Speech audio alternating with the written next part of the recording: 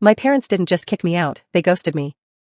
The day I got my acceptance letter to the Culinary Institute, Dad looked me dead in the eyes and said, "We aren't paying for you to play with knives and pans." They wanted a lawyer, or a doctor, or at the very least, a retirement plan in a three-piece suit. When I wouldn't budge, they packed their bags, changed the locks, and didn't even leave a forwarding address. I was 19, standing on a sidewalk in South Philly, with exactly $62 and a set of professional whisks. For years, I was the girl sleeping in the back of a delivery van, smelling like old grease and ambition.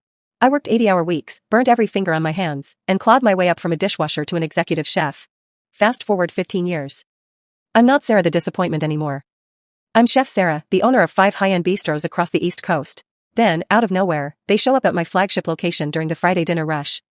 They didn't look sorry, they looked hungry. Mom had the audacity to comment on my pearls, and Dad?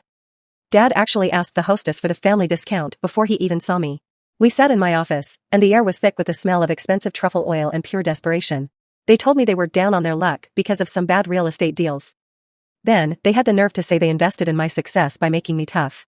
Then came the kicker. They wanted $300,000. They called it a back payment for the 18 years they spent enduring my stubbornness. I didn't scream, I didn't cry. I just smiled, took a slow sip of my espresso, and handed them a folder. It wasn't a check. It was a bill for the 15 years of silence, calculated at my current hourly consulting rate.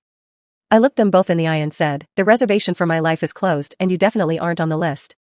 I watched the security guard walk them out past the velvet ropes, and for the first time in 15 years I felt completely full.